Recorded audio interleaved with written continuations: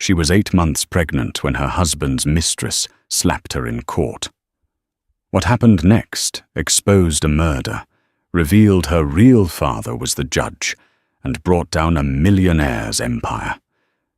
This is Sarah Mitchell's story, and by the end, you'll understand why 20 million people called it the slap heard around the world. But first, smash that subscribe button and bell icon, because stories like Sarah's deserve to be heard. Let's begin. The mahogany doors of the courthouse swung open with a groan that seemed to echo Sarah Mitchell's breaking heart. At 28 years old and 8 months pregnant, she moved with the careful grace of someone carrying precious cargo through a minefield. Her swollen belly stretched the fabric of her modest maternity dress, a stark contrast to the designer outfit she would have worn just 6 months ago, back when she still believed in fairy tales. "You've got this," she whispered to herself, one hand protectively cradling her stomach, where her unborn son kicked restlessly. The baby always seemed to know when she was anxious, responding to her emotional state with movements that felt like tiny protests against the chaos of the outside world. The courthouse corridor stretched before her like a tunnel of judgment. Fluorescent lights hummed overhead, casting harsh shadows that made everyone look guilty of something. Sarah's footsteps echoed off the marble floors, each click of her modest heels a countdown to the confrontation she'd been dreading for weeks. She'd arrived early, hoping to center herself before the divorce settlement hearing. Her millionaire ex-husband, Richard, would be there, of course, probably with his attorney, James Bradley, a shark in a $3,000 suit who'd made a career of helping wealthy men hide assets from their wives. But Sarah had her own legal champion now, Rebecca Taylor, a fierce advocate who'd taken her case pro bono after hearing about the narcissistic abuse Sarah had endured. The waiting area outside Courtroom 3 was nearly empty at this hour. Sarah lowered herself carefully onto a wooden bench, her back aching from the extra weight she carried. She closed her eyes and practiced the breathing exercises Dr. Patricia Holbrook had taught her. In for 4 counts, hold for 4, out for 4. Each breath was a small act of rebellion against the panic that threatened to overwhelm her. "You're not the naive girl who married him anymore," she reminded herself, feeling the baby shift position. "You're a mother now. You're strong." The transformation had been painful, but necessary. 6 months ago, she discovered Richard's affair through a text message he'd carelessly left open on his tablet. Madison Cole, or Madison Williams, as Sarah had recently learned was her real name, wasn't just another woman. She was a predator who targeted Richard specifically because of his wealth, and Richard had fallen for it completely. Or perhaps he'd simply been looking for an excuse to discard his young wife like last season's fashion.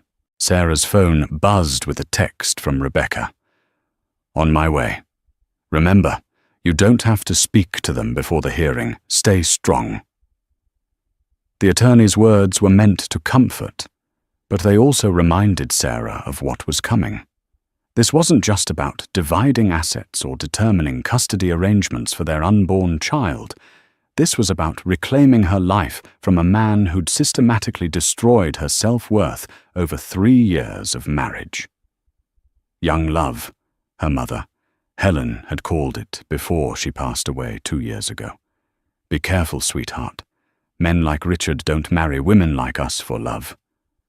Sarah hadn't understood it then. She'd been 25, fresh out of graduate school, with a degree in social work that she'd never gotten to use.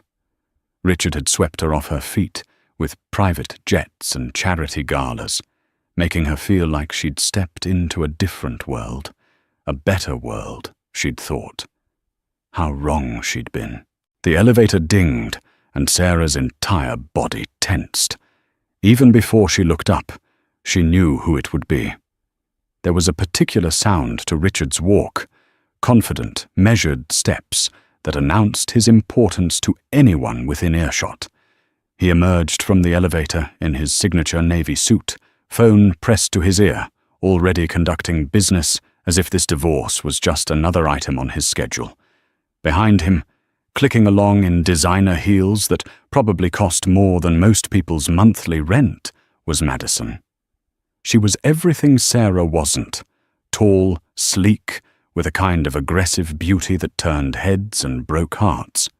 At 35, she carried herself with the confidence of a woman who'd never heard the word no, and wouldn't accept it if she did. Sarah instinctively placed both hands over her belly, as if she could shield her baby from the toxic energy that seemed to radiate from the approaching couple. Yes, couple. Richard hadn't even tried to hide it. His arm was around Madison's waist, and she leaned into him with the possessive air of a woman marking her territory. Well, well, Madison's voice cut through the corridor like a blade. Look who's here, bright and early, trying to get sympathy points from the judge. Richard didn't even look at his soon-to-be ex-wife. He continued his phone conversation as if she were invisible, just another piece of furniture in the courthouse hallway. It was a practiced cruelty, this ability to make her feel like she didn't exist. Sarah didn't respond to Madison's taunt. Dr. Holbrook had taught her about the grey rock technique, becoming as uninteresting as possible to avoid feeding the narcissistic supply. She kept her eyes down, focusing on the gentle movements of her baby. Oh, come on, Madison pressed, moving closer. Surely you have something to say. Some pathetic plea about how Richard should think of his child. Newsflash, honey, he's already planning our family. Real children, not whatever mistake you're carrying. The words hit like physical blows, each one carefully calculated to wound. Sarah's hands trembled, but she didn't look up. She wouldn't give them the satisfaction. Madison, enough, Richard finally said, ending his call, but there was no real admonishment in his tone. If anything, he sounded amused. Save it for the courtroom. Why? Madison laughed, a tinkling sound that held no warmth. She needs to understand her place. Some little gold digger who thought she'd won the lottery. Well, sweetheart, lottery tickets expire. Sarah felt tears burning behind her eyes, but refused to let them fall. Not here. Not in front of them. The baby kicked hard, as if sensing her distress, and she rubbed soothing circles on her belly. That's enough. A new voice entered the conversation, strong, authoritative, and unexpectedly familiar. Sarah looked up to see a woman striding toward them with purpose. She was in her early 30s, with auburn hair pulled back in a professional bun and eyes that blazed with righteous anger. She wore a sharp business suit and carried herself like someone used to being heard. And you are? Madison asked, her tone dripping with disdain. Emma Patterson, the woman replied, positioning herself between Sarah and her tormentors. Attorney, and you're about to be defendants in a harassment suit if you don't step back right now. Richard's eyes narrowed. Patterson? As in Judge Patterson? Emma smiled, but it didn't reach her eyes.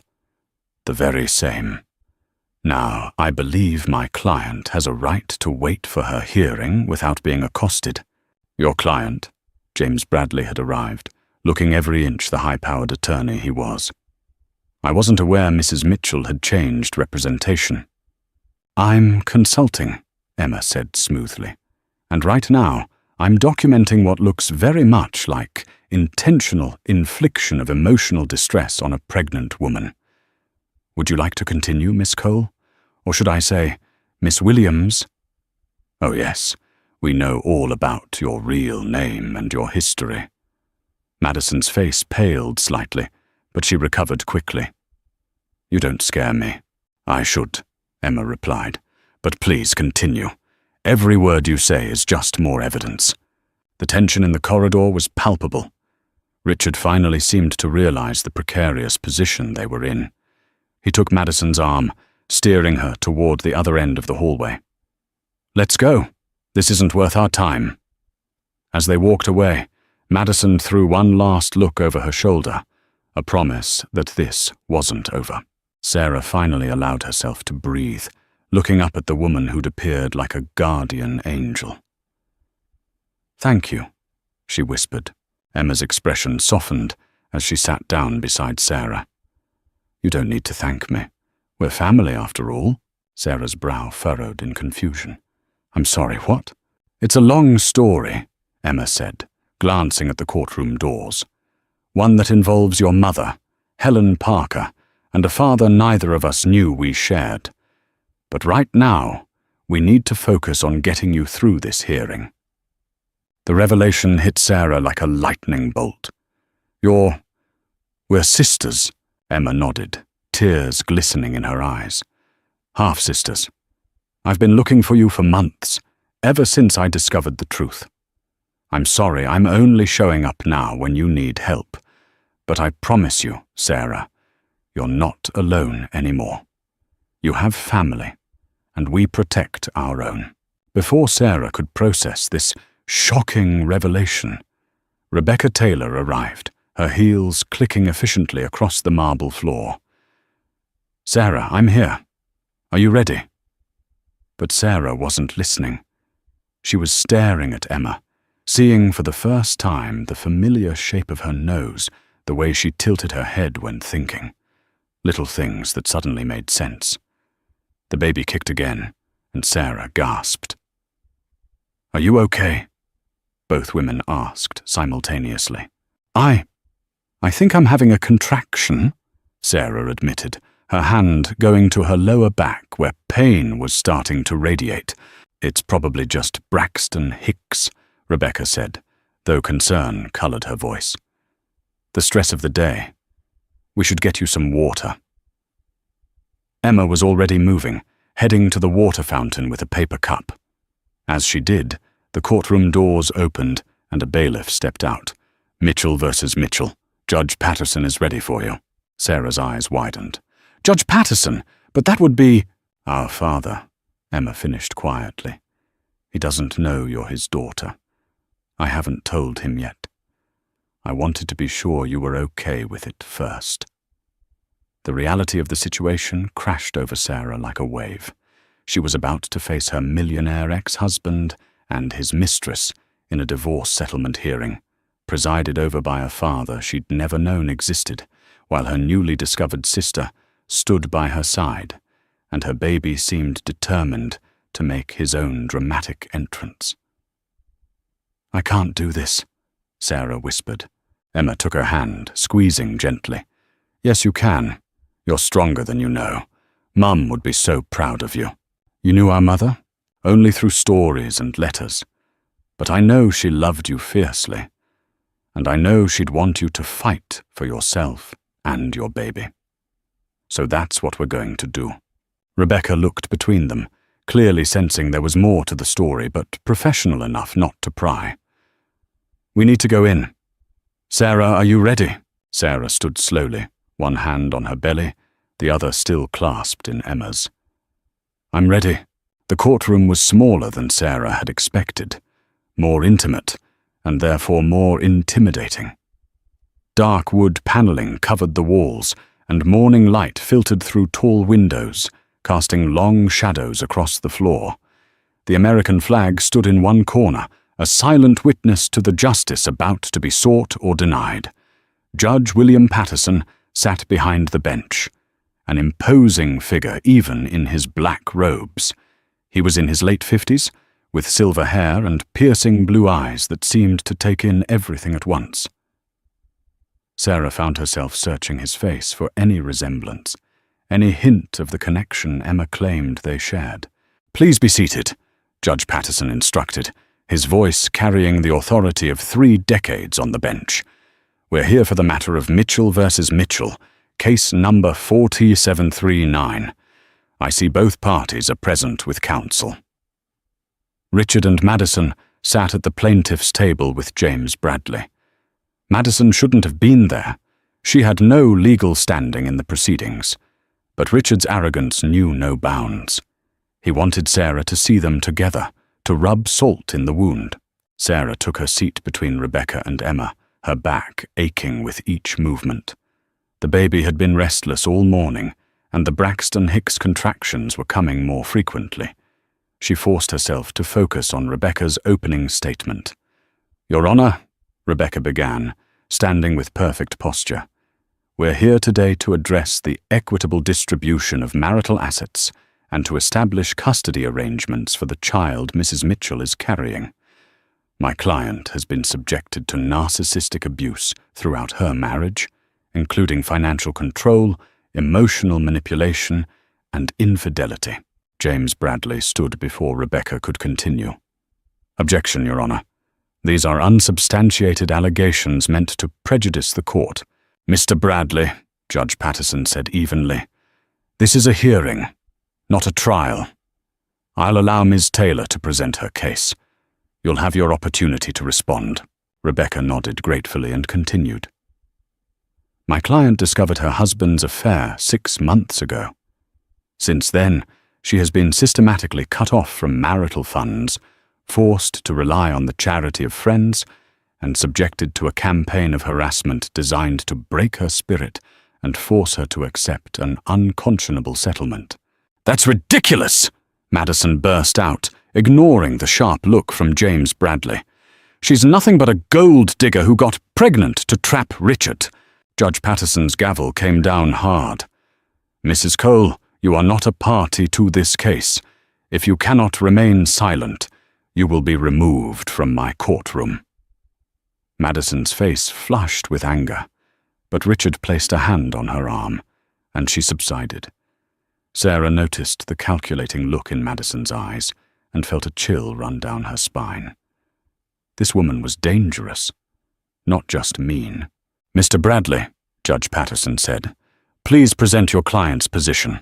James Bradley stood, adjusting his tie with practiced ease. "Your Honor, my client, Richard Mitchell, has been more than generous. He's offered Mrs. Mitchell a settlement of $250,000, which is more than fair considering the length of the marriage and her limited contribution to the marital assets." "Limited contribution?" Rebecca's voice was sharp. "Mrs. Mitchell gave up her career to support her husband's business endeavors. She hosted his events, managed his household, and provided the stable home life that allowed him to build his fortune." "She was a housewife," Bradley countered dismissively. "Hardly a challenging role." Emma's hand found Sarah's under the table, squeezing in silent support. Sarah felt another contraction, stronger this time, and had to bite her lip to keep from gasping. Judge Patterson reviewed the documents before him. "I see here that Mr. Mitchell's net worth is estimated at $42 million. The proposed settlement represents less than 1% of that." "Your Honor," Bradley said smoothly, "most of those assets were acquired before the marriage or through business ventures in which Mrs. Mitchell had no involvement." "That's not entirely accurate," Rebecca interjected. She pulled out a folder of documents. "We have evidence that several major deals were negotiated at social events, organized and hosted by Mrs. Mitchell. Her social connections, particularly through her late mother's charity work, were instrumental in Mr. Mitchell's business expansion." Richard scoffed audibly. "This is ridiculous. Sarah didn't do anything but spend my money and play house." "Mr. Mitchell," Judge Patterson warned, "you'll have your opportunity to testify if necessary." The hearing continued with both sides presenting financial documents and arguing over asset division. Sarah tried to focus, but the contractions were getting stronger and closer together. This wasn't Braxton Hicks. This was real labor, 3 weeks early. "Your Honor," Rebecca was saying, "we also need to address the issue of custody. Mr. Mitchell has indicated he wants full custody of the child." "That's correct," Bradley confirmed. "My client questions the paternity and believes Mrs. Mitchell is unfit to raise the child, given her emotional instability." "Emotional instability?" Rebecca's voice rose. "She's been abused for 3 years. Any emotional distress she's experiencing is a direct result of Mr. Mitchell's actions. These are serious allegations, Judge Patterson said, his eyes moving between the parties. Mr. Mitchell, are you truly questioning the paternity of this child? Richard stood, his expression cold. Your Honor, my wife was desperate to keep me. I wouldn't put it past her to have gotten pregnant by someone else to trap me in the marriage, Sarah gasped, both from the cruel words and from another contraction. Emma noticed her distress immediately. Your Honor, Emma said, standing. My client needs a brief recess. But Madison had noticed too, and something ugly flashed in her eyes. She stood abruptly, shaking off Richard's restraining hand. Oh, please, Madison said loudly. She's faking it for sympathy, just like she's been faking being a victim this whole time. Miss Cole, sit down, Judge Patterson ordered. But Madison was beyond listening. She stormed around the table towards Sarah, her face twisted with rage. You pathetic little nobody. You think you can take Richard's money? You think that baby will keep him tied to you? Everything happened in slow motion. Madison raised her hand, and before anyone could react, she slapped Sarah hard across the face. The sound echoed through the courtroom like a gunshot. Sarah fell backward, her hands instinctively going to protect her belly. Emma caught her before she hit the ground, but the damage was done. Sarah cried out in pain as a strong contraction seized her body, and she felt a warm gush of fluid. My water, Sarah gasped. My water just broke. The courtroom erupted in chaos. Judge Patterson was on his feet, shouting for security. Rebecca was calling 911. Emma cradled Sarah protectively, her face a mask of fury as she glared at Madison. You assault a pregnant woman in front of a judge. Emma's voice was deadly quiet. You just ended your own future. Madison seemed to realize what she'd done, her face draining of color. I didn't mean... She provoked me. Security, arrest Ms. Cole for assault, Judge Patterson ordered as two officers entered the courtroom. His face was thunderous, all judicial impartiality gone. Mr. Mitchell, control your companion. But Richard just stood there, looking inconvenienced rather than concerned. This is all very dramatic, but surely we can continue the hearing. Continue? Emma whirled on him. Your pregnant wife is in labor because your mistress assaulted her, and you want to continue? She's my ex-wife, Richard corrected coldly. Or she will be soon. Sarah moaned as another contraction hit. They were coming fast now, too fast. The baby, she panted. Something's wrong. It's too early. Judge Patterson came down from the bench, and for a moment his professional mask slipped. He looked at Sarah with an expression of deep concern, almost paternal. The ambulance is on the way, he said gently. Then to Emma, take care of her. I'm not leaving her, Emma said firmly, as the EMTs arrived and began attending to Sarah. Madison was being handcuffed. Richard, do something, she shrieked. Richard's response chilled everyone in the room. You're on your own, Madison. I don't associate with criminals. Madison's face transformed from disbelief to rage. You bastard! I did everything for you.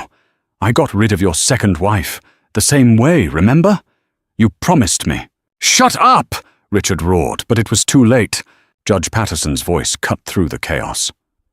Detective Roberts, I believe we need to expand this investigation. Mr. Bradley, advise your client not to leave town.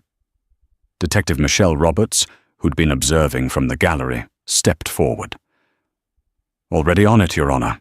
As the EMTs prepared to transport Sarah, she grabbed Emma's hand. Don't leave me, please! I'm scared! I'm not going anywhere, Emma promised. We're family, remember? Judge Patterson watched the scene, his expression unreadable. Miss Patterson, accompany your client to the hospital. This hearing is postponed indefinitely. And Mr. Mitchell, he turned to Richard with barely concealed disgust. You might want to hire a criminal attorney. You're going to need one. As Sarah was wheeled out, She heard Madison screaming from the hallway where she was being arrested. "This isn't over! You can't do this to me! I know things! I know everything!" The last thing Sarah saw before the ambulance doors closed was Emma's fierce, protective face, and behind her, Judge Patterson standing in the courthouse entrance, his judicial robes billowing in the wind, watching them leave with an expression of profound sadness. The hospital room smelled of antiseptic and fear. Sarah gripped the bed rails as another contraction tore through her body, her knuckles white with the effort of not screaming. The monitors beeped steadily, tracking her baby's heart rate, which the nurses kept checking with increasingly concerned expressions. "You're doing great," Emma said, dabbing Sarah's forehead with a cool cloth. She hadn't left Sarah's side since they'd arrived 2 hours ago. "Just breathe through it." "It's too early," Sarah panted. "He's not ready. I'm not ready." Dr. Patricia Holbrook had arrived shortly after them, not as Sarah's therapist, but as her support person. "Sarah, listen to me," she said in her calm, professional voice. "Your baby is 37 weeks. That's considered full term. He's ready, and so are you." Another contraction hit, and Sarah cried out. The pain was different from what she'd expected, not just physical, but emotional. Everything was happening too fast. The assault, the revelation about Emma, the labor. Her mind couldn't process it all. "Where's Rebecca?" Sarah asked between contractions. "She's handling things at the courthouse," Emma replied. "Madison's being formally charged, and there's a lot of paperwork. She said to tell you not to worry about anything except having this baby." A nurse came in to check Sarah's dilation. 7 centimeters, she announced. "You're progressing quickly. The doctor will be in soon." As the nurse left, Sarah grabbed Emma's hand. "Tell me about our father. Tell me about Judge Patterson." Emma hesitated. "Are you sure you want to do this now? I need something to focus on besides the pain. Please." Emma sat on the edge of the bed, still holding Sarah's hand. "Our mother, Helen, had a brief relationship with William Patterson before she married your father. She was young, working as a court reporter. He was a young attorney, brilliant and ambitious. They fell in love, but his family didn't approve. She wasn't from the right social class." Sarah listened, trying to picture her mother as a young woman in love. Helen had never spoken of any man before Sarah's father. "She left without telling him she was pregnant," Emma continued. "She moved to another state, had me, and raised me alone for 5 years. Then she met your father, David Parker. They married, and she had you. I think she wanted to give us both the family she never had." "But why didn't she tell me about you?" Sarah asked, then tensed as another contraction began. Emma helped her breathe through it before answering. "Your father didn't want me. He tolerated my presence but made it clear I wasn't his daughter. When they divorced, I was 12, and you were 7. The custody agreement gave me to our mother only part-time, and your father got primary custody of you. He didn't want us to have contact. That's why I barely remember you," Sarah whispered. "Mum would sometimes mention an older sister, but Dad said she was confused. She wasn't confused. She was heartbroken. She wrote me letters about you constantly, how smart you were, how kind. She saved every picture, every report card. When she died, she left me a box full of memories of you." Tears streamed down Sarah's face, mixing with sweat. "And our father, Judge Patterson? I found out about him after Mum died. She left me a letter explaining everything. I reached out to him 6 months ago. He was shocked but accepted me immediately. He's been trying to make up for lost time." "Does he know about me?" Emma shook her head. "I wanted to tell him, but then I found out about your situation with Richard. I thought you had enough to deal with. I was planning to tell you both after the divorce was finalized." The door opened and a doctor entered, But it wasn't the obstetrician Sarah expected. It was an older man with kind eyes and gentle hands. "Mrs. Mitchell, I'm Dr. Anderson. Dr. Kumar is in emergency surgery, so I'll be delivering your baby. How are we doing?" "Scared," Sarah admitted. "That's perfectly normal," he said, checking her chart. "I understand you've had quite a traumatic day, but your baby's heart rate is strong, and you're progressing well. We're going to take excellent care of both of you." As he examined her, Sarah's phone buzzed with a text. Emma checked it and gasped. "What is it?" Sarah asked. "It's from Rebecca.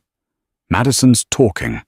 She's confessing to everything, including—" Emma trailed off.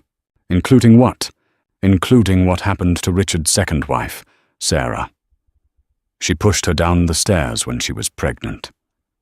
The baby died, and the wife committed suicide. Madison and Richard covered it up." Sarah felt sick. Oh my God. He knew. He knew what she was capable of, and he brought her near me. "Don't think about that now," Dr. Holbrook interjected. "Focus on your breathing. Focus on your baby." But Sarah couldn't stop thinking about it. The pattern was clear now. Richard picked young, vulnerable women, used them, and then discarded them when someone more interesting came along. And Madison had been his willing accomplice, eliminating obstacles. "I could have been next," Sarah whispered. "But you weren't," Emma said firmly. "You're here, you're safe, and you're about to bring a beautiful baby into the world." Another contraction hit, this one so strong that Sarah screamed. Dr. Anderson checked her again. 10 centimeters. It's time to push." The next hour was a blur of pain and effort. Sarah pushed with everything she had, Emma holding one leg and a nurse holding the other. Dr. Holbrook stood by her head, coaching her through each push. "I can't," Sarah sobbed after what felt like the 100th push. "I'm not strong enough." "Yes, you are," Emma said fiercely. "You survived Richard. You survived Madison. You survived years of abuse. You can do this. Think of your mother," Dr. Holbrook added. "Think of Helen's strength. It's in you." Sarah thought of her mother, of the secrets she'd kept, the pain she'd endured. She thought of the sister she'd lost and found again. She thought of the father she'd never known watching over her in that courtroom. And she found a reserve of strength she didn't know existed. "One more big push," Dr. Anderson encouraged. "The head is almost out." Sarah bore down with everything she had, a primal scream tearing from her throat, and then suddenly the pressure was gone, replaced by a thin, angry wail. "It's a boy," Dr. Anderson announced, placing the squirming, crying baby on Sarah's chest. A perfect, healthy boy. Sarah looked down at her son through tears of joy and exhaustion. He was small but perfect, with a shock of dark hair and tiny fists that waved in protest at being born. The moment he was placed on her chest, he stopped crying, as if recognizing her heartbeat. "He's beautiful," Emma whispered, tears streaming down her own face. "What's his name?" Sarah hadn't decided. She'd gone back and forth on names for months, but looking at him now, she knew. "William," she said softly. "William Patterson Parker, after both his grandfathers." Emma's hand flew to her mouth. "Sarah, he should know where he comes from. All of it. The good and the complicated." Dr. Holbrook smiled. "Your mother would be so proud." As the nurses cleaned and measured baby William, Sarah's phone rang. Emma answered it, stepping away to talk. When she returned, her face was pale. That was Rebecca. Richard's been arrested. Madison gave the police enough evidence to charge him as an accessory to murder. And Sarah, Judge Patterson knows about you being his daughter. Rebecca had to tell him to explain why she needed emergency custody papers drawn up. What did he say? "He's on his way here, if you don't want to see him." "No," Sarah interrupted. I want to meet him. William should know his grandfather. An hour later, after Sarah had been moved to a recovery room and William had been fed for the first time, there was a soft knock at the door.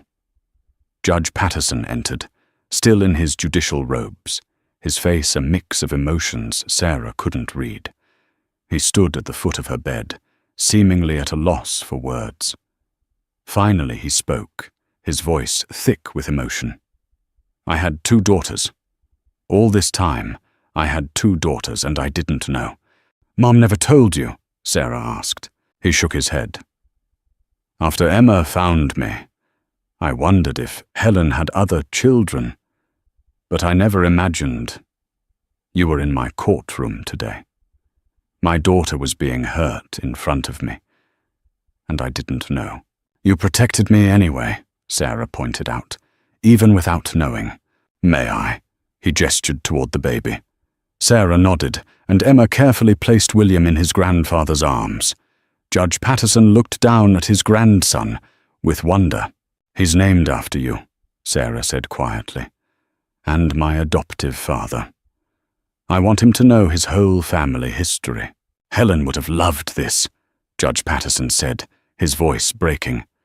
She always wanted our families to be together. We are now, Emma said, putting an arm around Sarah. Maybe not in the way she imagined, but we're here. As they sat together, 3 generations united by secrets, pain, and ultimately love, Sarah felt something she hadn't experienced in years: hope. The road ahead would be difficult. There would be trials, literally and figuratively. Richard and Madison would have to face justice. Sarah would have to rebuild her life as a single mother. But she wasn't alone. She had a sister who'd searched for her, a father who'd unknowingly protected her, and a son who would grow up surrounded by love instead of narcissistic abuse. The baby stirred in his grandfather's arms, and Judge Patterson began to hum softly, an old lullaby that Sarah recognized with a start. Her mother used to hum the same tune. "Mum taught you that?"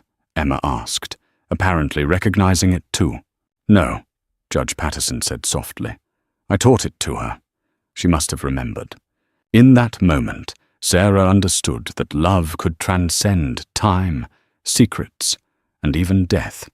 Her mother had given her more than she'd ever known: a sister's protection, a father's justice, and the strength to stand up to those who would harm her. 3 days after William's birth, Sarah sat in her hospital bed, finally able to process everything that had happened.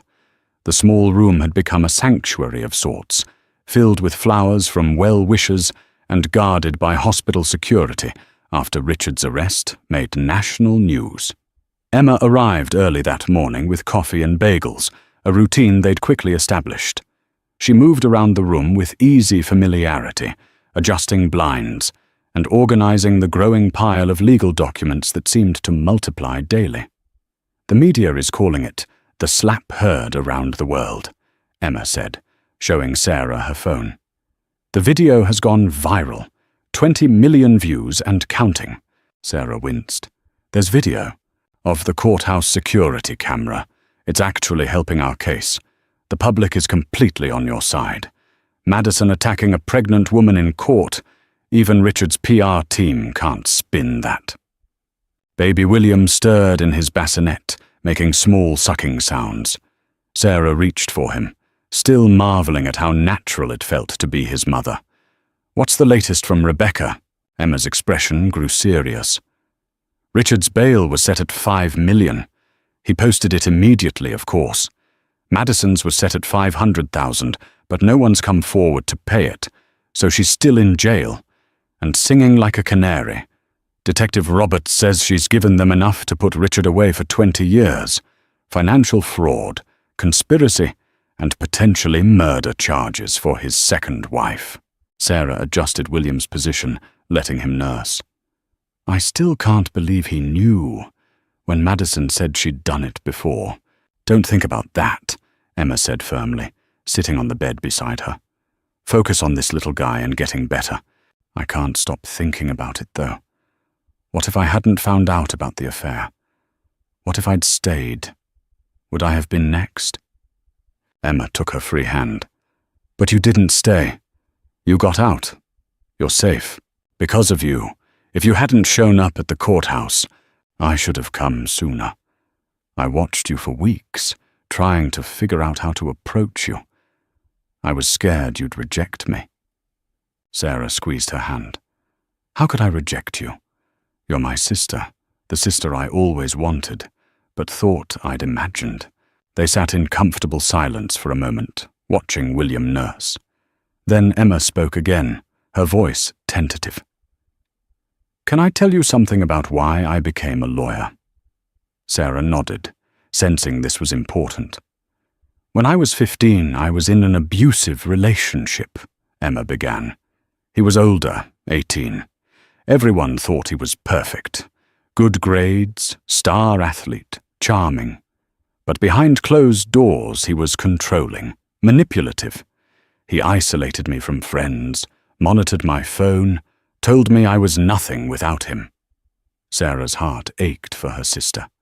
Emma, it went on for a year before Mum found out. She'd been suspicious, but I was good at hiding the bruises. When she finally saw them, she didn't hesitate. She marched down to the police station and filed charges. Then she found me the best therapist and lawyer she could afford. What happened to him? He pled down to a misdemeanor and got probation. But Mum made sure everyone knew what he'd done. She protected me fiercely, even when I was angry at her for ruining my life, as I called it then. Emma's eyes were distant, lost in memory. She told me something I'll never forget. She said, women have to protect each other because the world won't do it for us. We're each other's safety net. That sounds like Mum, Sarah said softly. She talked about you constantly during that time, how she wished you could know me, support me. She said sisters were supposed to face these things together. And now we are, Sarah said, just 20 years late. Emma laughed, wiping tears from her eyes. Better late than never. There was a knock at the door, and Rebecca Taylor entered, looking every inch the powerful attorney, despite having clearly pulled an all-nighter. Good morning, ladies. How's our little warrior? She smiled at William, who had finished nursing and was now sleeping contentedly. Perfect, Sarah said. What's the news? Rebecca's smile turned predatory. Oh, I have such good news. Richard's assets have been frozen pending the criminal investigation. The forensic accountants found hidden accounts worth millions that he didn't disclose. We're talking massive financial fraud. What does that mean for the divorce? It means you're getting everything you deserve and more. But that's not even the best part. Rebecca pulled out her tablet. Madison's confession included details about Richard's business practices. Apparently, he's been using his company to launder money for some very unsavory people. Sarah's eyes widened. Money laundering. The FBI is now involved. Richard Mitchell is going down, and he's going down hard. Emma whistled low. He really thought he was untouchable. Men like him always do, Rebecca said, until they face women who refuse to be victims. Dr. Patricia Holbrook entered then, carrying a small teddy bear. I hope I'm not interrupting. I wanted to check on my favorite patient. We were just discussing Richard's impending downfall, Emma said with satisfaction. Dr. Holbrook set the bear in William's bassinet. How are you processing all of this, Sarah? It's a lot of change very quickly. Sarah considered the question. I feel free for the first time in 3 years. I feel like I can breathe. Is that wrong? Should I feel guilty? Why would you feel guilty? Dr. Holbrook asked. Because I loved him once, or I thought I did. And now his life is destroyed. He destroyed his own life, Rebecca said firmly. You just stopped letting him destroy yours. She's right, Dr. Holbrook agreed. What you're feeling is completely normal. You're grieving the relationship you thought you had while celebrating your freedom from what it actually was. Judge Patterson appeared in the doorway, carrying a bouquet of pink roses. "I'm sorry. Is this a bad time?" "Dad!" Emma stood to hug him. It was still strange for Sarah to hear Emma call him that, to see their easy affection. "How are my girls today?" he asked, his eyes soft as they landed on Sarah and William. "We're good," Sarah said, still getting used to having a father figure in her life. "William's eating well and sleeping better? May I?" He gestured toward the baby. Sarah nodded, and he carefully picked up his grandson, holding him with practiced ease. "You've done this before," she observed. "Emma had terrible colic as a baby," he said, then caught himself. "I mean, that's what your mother told me when we reconnected briefly when Emma was about 1. I got to hold her a few times before she disappeared again." "It's okay, Dad," Emma finished. "We all did what we thought was best at the time." As Judge Patterson rocked William, Rebecca's phone buzzed. She checked it and gasped.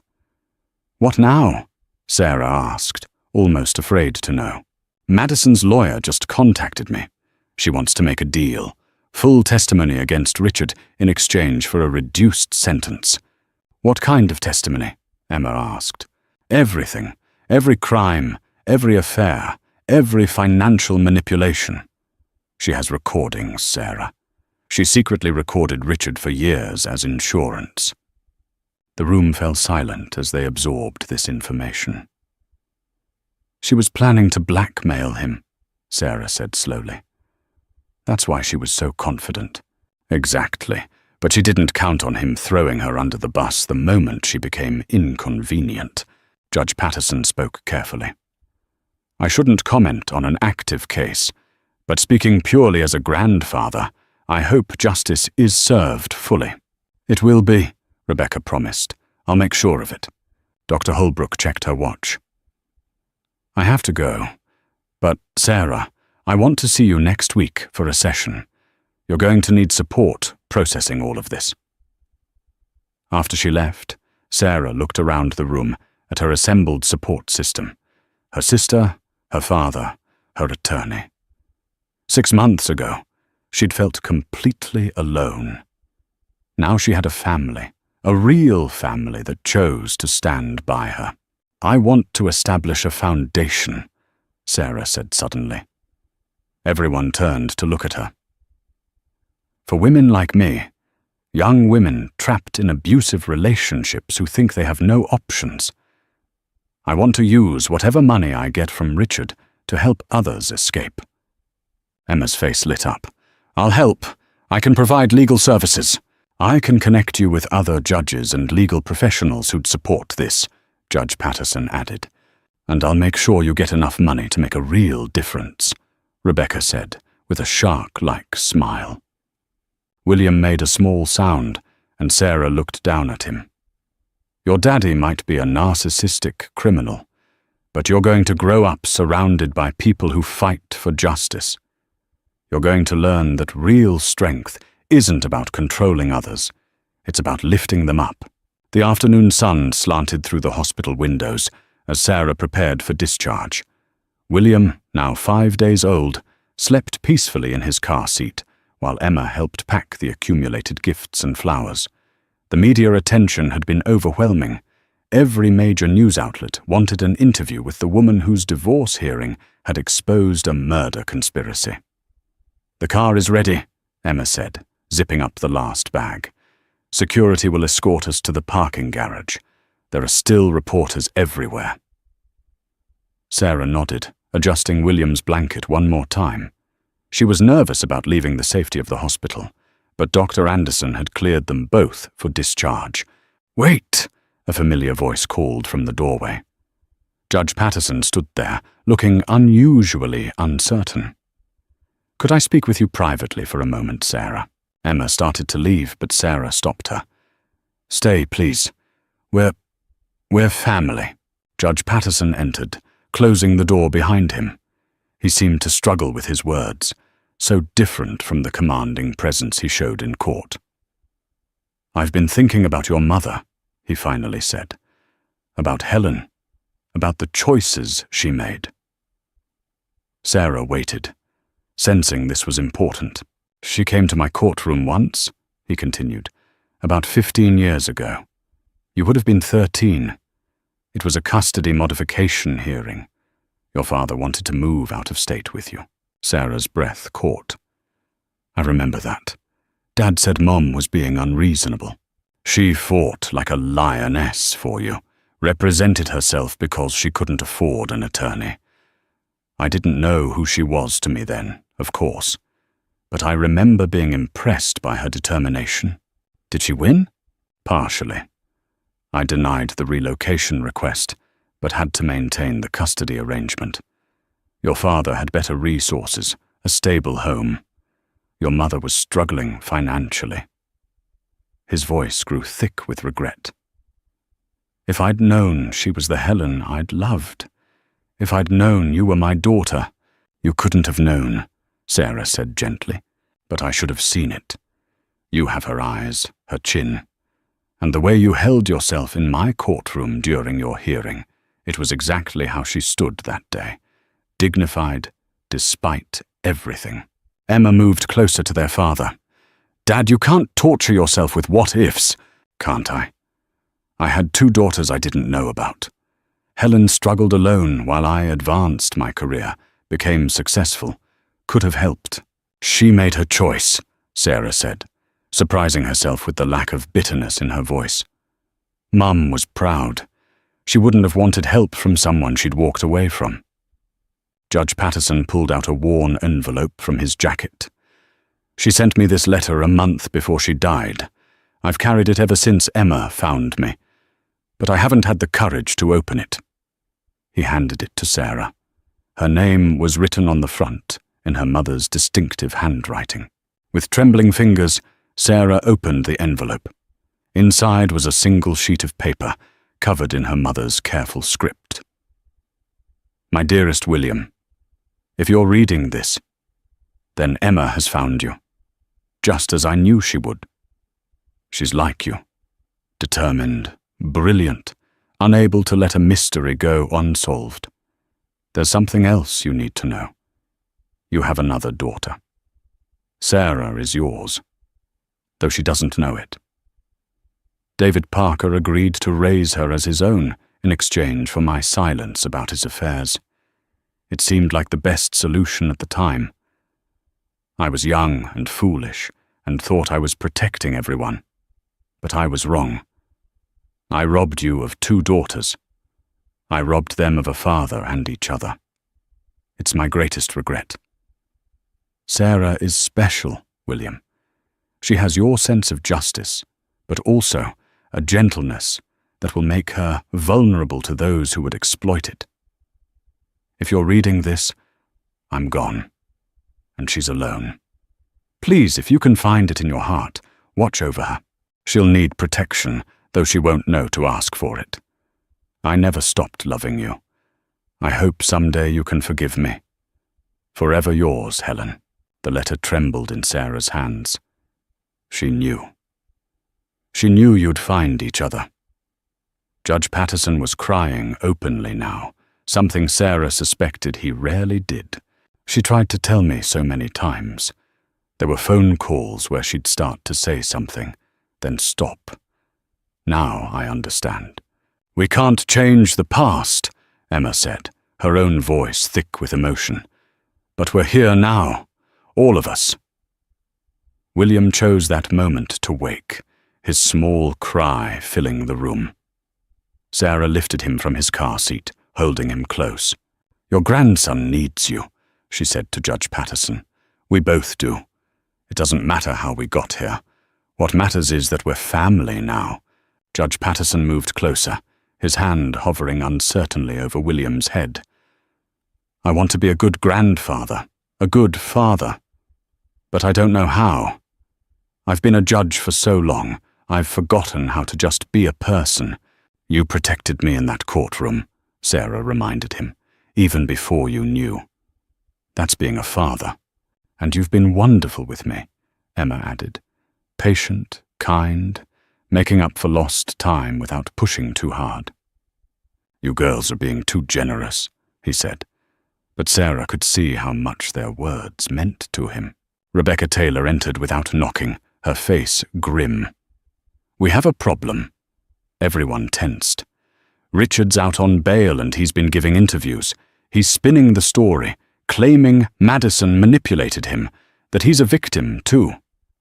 Some people are buying it." Sarah felt the familiar flutter of panic in her chest. "He's trying to control the narrative. Not on my watch," Rebecca said firmly. "I've arranged for you to do one interview, just one, with a journalist I trust. We tell your story, the whole story, and then we let the legal system do its work." "I don't know if I'm ready." "You are," Emma interrupted. "You're the strongest person I know." "She's right," Judge Patterson said. "And you won't be alone. We'll all be there with you." Sarah looked down at William, who was gazing up at her with unfocused eyes. For him, she could do anything. "When?" she asked Rebecca. "Tomorrow afternoon at Emma's apartment. Neutral territory, comfortable setting." "Speaking of which," Emma said, "you're both coming home with me. I have plenty of room, and you shouldn't be alone." Sarah started to protest, but Emma cut her off. "Mum would haunt me if I let you go anywhere else. Besides, William needs to know his aunt's place. It's going to be his second home." As they prepared to leave, Detective Michelle Roberts arrived. "Mrs. Mitchell, I'm sorry to bother you, but I have news." "Good or bad?" Sarah asked warily. "Both. Madison's agreed to testify. She's given us everything. Documents, recordings, even video. Richard's going to prison for a very long time." "And the bad news?" "He's liquidating assets quickly, trying to hide money offshore. We're working to stop it, but some damage has been done." Rebecca's eyes flashed. "How much?" "About 10 million so far. But don't worry, we're tracking it. And with the hidden accounts we found, there's still plenty for Mrs. Mitchell and William." "It's not about the money," Sarah said quietly. "It never was. It's about justice. And you'll have both," Judge Patterson said with the authority of his position. "I may have to recuse myself from the criminal case, but I have colleagues who will ensure justice is served." As they made their way to the parking garage, surrounded by security and family, Sarah felt a strange sense of peace. The man she'd married had turned out to be a monster, but from the ashes of that relationship, she'd gained so much more. "Thank you," she said to Emma as they reached the car. "For what?" "For finding me, for being my sister, for not giving up." Emma hugged her carefully, mindful of William between them. "Family doesn't give up. Mum taught us that." Judge Patterson loaded the bags into the trunk, looking more like a regular grandfather than a distinguished jurist. "Helen would be so proud," he said softly, "of both of you." Emma's apartment was a revelation, spacious, modern but warm, with photographs covering every surface. Sarah discovered that many were of her, pictures Emma had found or their mother had sent over the years. It was like seeing her life through someone else's eyes. "This is from your high school graduation," Emma said, pointing to one photo. "Mum was so proud. She cried for hours after." Sarah traced the image with her finger. "She looked so young, so hopeful. I thought she didn't come because she didn't care. Your father wouldn't let her." She watched from across the street. The interview was in 2 hours. Rebecca had prepared Sarah with potential questions, but nothing could really prepare her for telling her story to the world. William was nursing when the journalist arrived, a woman in her 40s named Patricia Chen, with kind eyes and a reputation for handling sensitive stories with care. "Thank you for trusting me with this," Patricia said, setting up her recorder. "I want you to know that you have complete control. If you need to stop at any time, we stop." Sarah nodded, adjusting William in her arms. Emma sat beside her. Judge Patterson stood behind the couch, and Rebecca positioned herself where Sarah could see her for support. Let's start from the beginning, Patricia said gently. How did you meet Richard Mitchell? Sarah took a breath and began. I was 25, working at a charity fundraiser. He was charming, successful, everything I thought I wanted. He pursued me relentlessly. Flowers, gifts, surprise trips. I thought it was romantic. Now I know it was love bombing. When did things change? Gradually. So gradually I didn't notice at first. He'd make comments about my friends being jealous of our relationship, suggest I didn't need to work since he could provide everything. Before I knew it, I was isolated, financially dependent, and completely under his control. Tell me about the narcissistic abuse. Sarah looked at William, drawing strength from his peaceful face. Narcissistic abuse is insidious because it makes you doubt your own reality. Richard would tell me I was overreacting, too sensitive, that I was lucky he put up with me. He'd give me the silent treatment for days if I disagreed with him, then act like nothing happened. And when you got pregnant? He was furious, accused me of trying to trap him. That's when I found out about Madison. Patricia leaned forward. The woman who assaulted you in court. Yes, though I've learned she was more than just his mistress. She was his accomplice in terrible things. You mean his second wife's death? Sarah nodded, tears starting to fall. A young woman and her baby died because of them, and I could have been next. Emma took her hand as Patricia continued. How do you feel about Richard now? Sarah considered the question. I pity him. He's so empty inside that he has to destroy others to feel powerful. But I also want him held accountable, not just for me, but for all his victims. And Madison? She's a predator who found a willing partner in Richard. They enabled each other's worst impulses. Patricia turned to Judge Patterson. Your Honor, how does it feel to discover this family connection in such circumstances? Judge Patterson cleared his throat. It's been humbling. I've spent my career dispensing justice, but I failed to see the injustice happening to my own daughter. It's made me reconsider many things. Will you preside over the criminal case? No, I've recused myself, but I trust my colleagues to handle it appropriately. The interview continued for another hour. Sarah talked about the SLAP, the emergency delivery, finding her sister and father. By the end, she was exhausted, but felt lighter somehow. One last question, Patricia said. What message do you have for other women in similar situations? Sarah looked directly at the camera they'd set up. You're not crazy. You're not too sensitive. You're not alone. The shame isn't yours. It belongs to your abuser. And you deserve so much better. There are people who will believe you, support you, and help you escape. Please reach out. Your life is waiting on the other side of fear. After Patricia left, they sat in silence for a moment.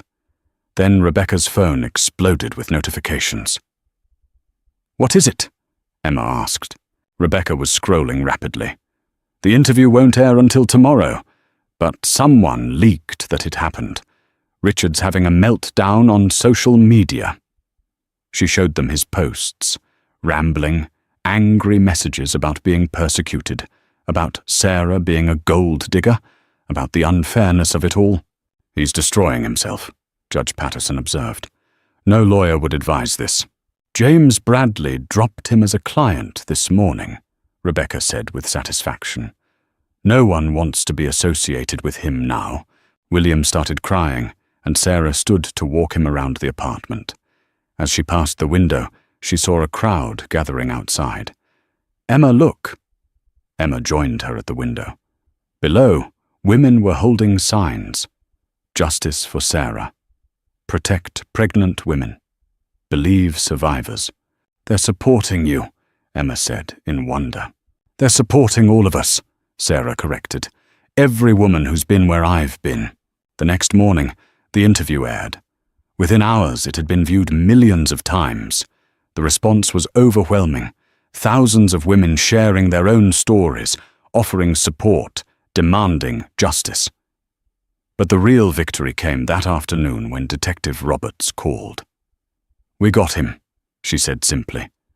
"Richard's been arrested for conspiracy to commit murder, money laundering, and fraud. No bail this time. He's not getting out." Sarah sank onto the couch, William in her arms. "It's over. The criminal case is just beginning. But yes, he's going away for a long time." After she hung up, Sarah looked at her assembled family. "I want to go to the courthouse." "Why?" Emma asked. "To see him arrested, to look him in the eye one last time." Judge Patterson stood. "Then we go together." The courthouse was surrounded by media and supporters. As their car pulled up, the crowd parted respectfully. Women reached out to touch Sarah gently, offering words of encouragement. Inside, they found a spot where they could see Richard being brought in. He was in handcuffs, his expensive suit wrinkled, his face haggard. When he saw Sarah, he tried to lunge toward her, but the officers held him back. "You did this!" he shouted. "You ruined everything!" Sarah stepped forward, William secure in her arms, Emma and Judge Patterson flanking her. "No, Richard, you did this. Every choice, every cruelty, every crime. That was all you. You're nothing without me. You were nobody before me, and you'll be nobody after." Sarah smiled then, a genuine smile that seemed to confuse him. "You're wrong. I was somebody before you tried to break me, and I'm definitely somebody now. I'm a survivor, a mother, a sister, a daughter. I'm free." As the officers dragged him away, still ranting, Sarah turned to her family. "Let's go home." A quiet artist marries into a family that sees her as nothing more than a pretty, penniless decoration.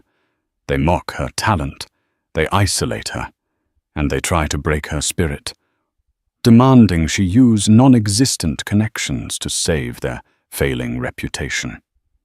But they made one fatal mistake. They never asked her what her father did for a living. They never questioned why she was so quiet about her past. By the time they found out, their entire world was already in ashes. This is the story of Chloe Sullivan and the staggering price the Peterson family paid for underestimating her. The Peterson family home in Greenwich, Connecticut, wasn't just a house. It was a statement. It was a sprawling, new money, Georgian monstrosity of beige stone and towering white columns, a desperate attempt to scream old money that only whispered insecure. This was the arena for the mandatory Sunday dinner and for Chloe Sullivan. Now Chloe Peterson, it was a weekly ordeal. Chloe was a painter. Chloe was not a hobbyist, but a true soul-driven artist. She saw the world in light and shadow, in textures and hues that others missed. She had a small but growing reputation in the Soho gallery scene, a fact she was proud of, but rarely mentioned. Her art was her own, a space sacred and untouched by the suffocating influence of her new family. She had fallen in love with Ryan Peterson, the golden boy of the family, in a New York coffee shop. He seemed different. He was a mid-level analyst at a respectable finance firm, seemingly unbothered by her paint-stained jeans and her modest studio apartment. He'd claimed to love her quiet strength, her creativity, her detachment from the shallow world he came from. Their first year of marriage had been a whirlwind of genuine affection, cocooned in their own downtown apartment, far from the reach of his family. But now, 6 months after moving closer to Greenwich, to be there for the family, that cocoon was unraveling. "Chloe, darling." Margaret Peterson cooed, her voice a weapon wrapped in velvet. She was a tall, unnervingly thin woman, draped in a cashmere twin set that probably cost more than Chloe's art sales for the entire year. "I do hope you're not tracking turpentine onto my antique Persian rug. We all know how messy your little projects can get. Chloe forced a smile, tucking her feet beneath her chair. I was in the studio this morning, Margaret, but I changed. Nothing to worry about. Good, good. Margaret turned her attention to her son. Ryan, your father and I are so looking forward to the Willow Creek Children's Fund Gala. It's my biggest event of the year. We've secured a state senator and, well, let's just say a very prominent real estate developer. Arthur Peterson, a man whose personality seemed to have been blanched out by his wife's nodded vigorously from the head of the table. Top-tier Maggie, as always. Arthur ran Peterson Homes, a regional construction company that built the exact kind of beige mansions they were currently sitting in.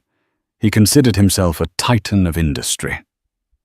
Brenda, of course, will be helping me, Margaret continued, gesturing to her daughter. Brenda Peterson, the 26, was a carbon copy of her mother, just with a smartphone permanently attached to her hand and a popular vapid influencer account. I'm so stressed about my dress, Mum, Brenda whined, tapping at her phone. The boutique only has the Valentino in rose, not blush. It's a complete disaster. We will sort it out, darling, Margaret soothed. She then fixed her gaze on Chloe, a performative, condescending smile playing on her lips. Chloe, you'll be coming, of course, as Ryan's wife. We've managed to get you a ticket. They are very expensive. The implication hung in the air, thick and toxic. You are lucky to be included. I'm looking forward to it, Chloe said, her voice even. Wonderful. Margaret clapped her hands. Now, Ryan, about your father's business. We have a small, tiny legal issue we're dealing with. Some disgruntled client claiming our materials weren't up to code. Utterly frivolous, of course. Arthur shifted. Just a shakedown, Maggie. Nothing to worry about. But Chloe, the quiet observer, saw the tremor in his hand as he reached for his wine glass. She saw the way Ryan's smile became fixed, his eyes avoiding hers. She saw the first hairline crack in the foundation of Peterson Homes. The rest of the dinner was a blur of passive aggression. Brenda complained about the slow service of the hired help. Margaret dissected the outfit of another woman on her charity board. Arthur boasted about a housing development that hadn't yet broken ground. And Ryan said nothing. He just sat there, the perfect, dutiful son, nodding and smiling, casting occasional nervous glances at Chloe, as if to say, just bear with it. Just for a little longer.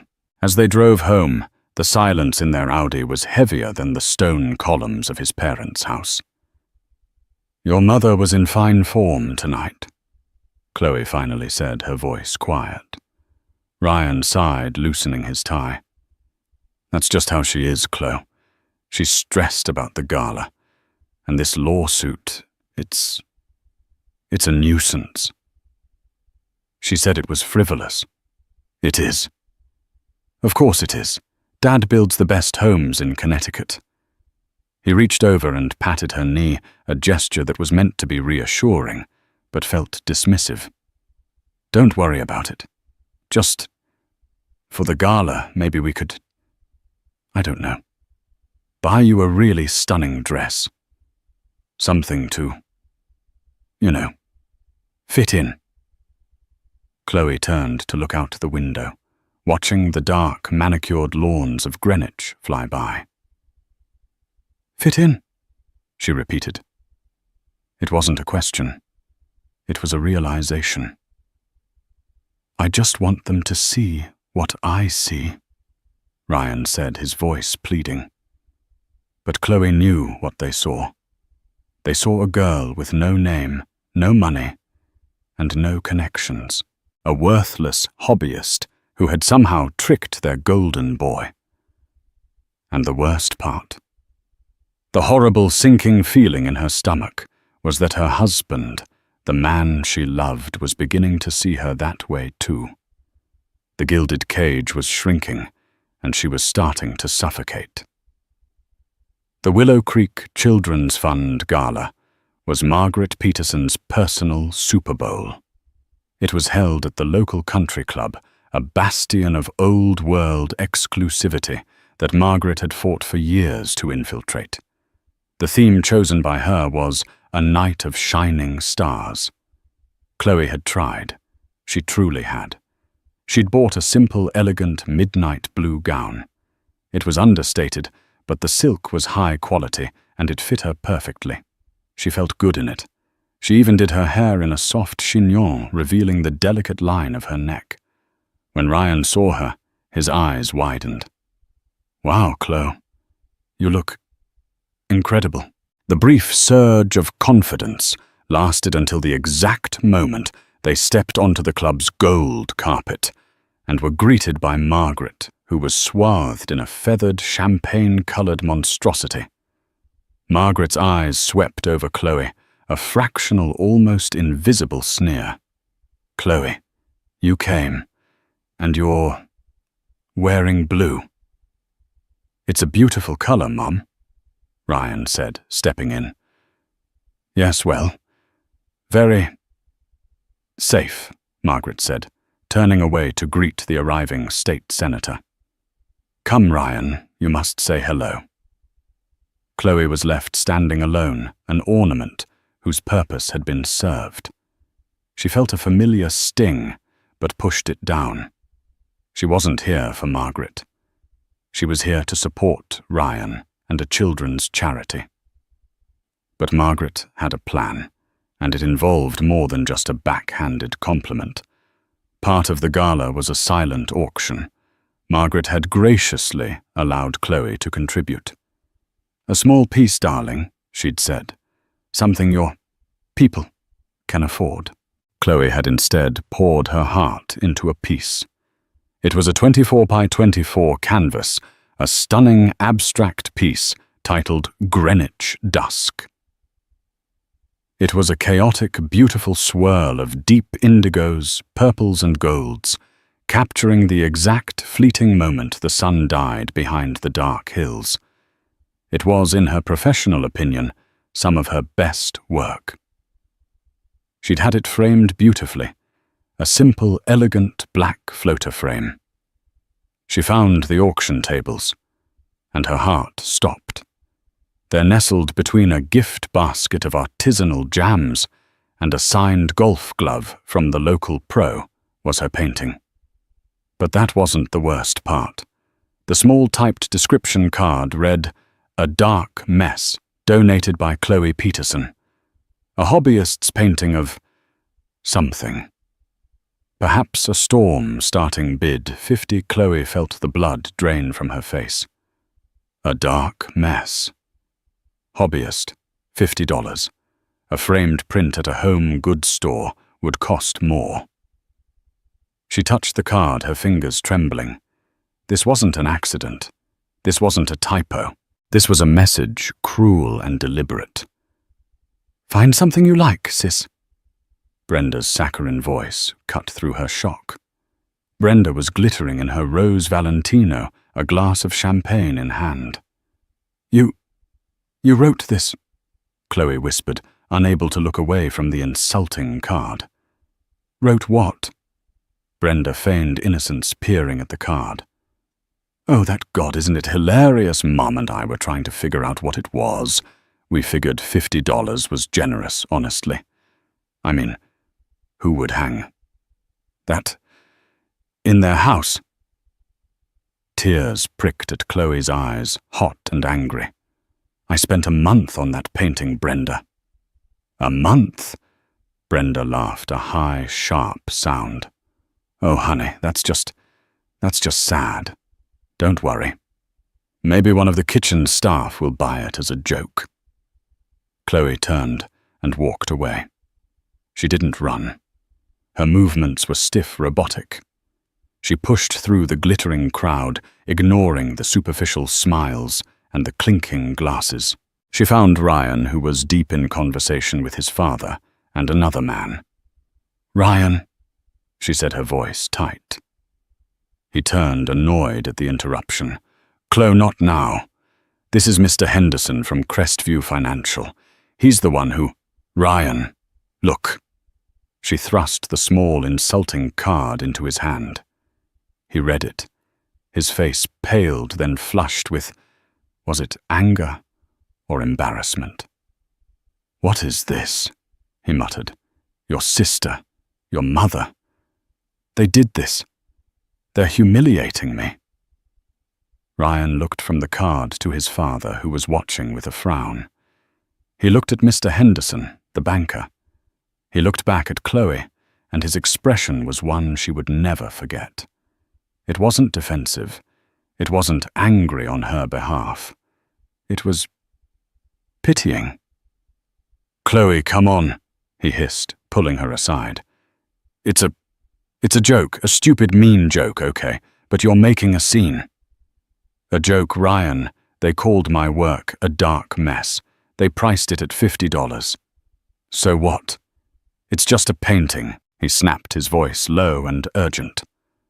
"This is important. My dad is trying to secure a new line of credit from Henderson. This lawsuit is bigger than they said. We need this. And you're over here crying about a hobby." The word hit her like a physical blow. Hobby. The same word Margaret used. "It's not a hobby," she said, her voice dangerously quiet. "Whatever, Chloe, it's not a job. It doesn't pay the bills.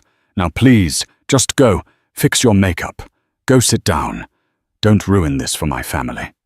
"Don't ruin this for my family?" "Not our family. His family." Chloe looked at the man she thought she knew, this stranger in a tuxedo who was prioritizing a line of credit over her dignity. She looked at the insulting card still clutched in her hand.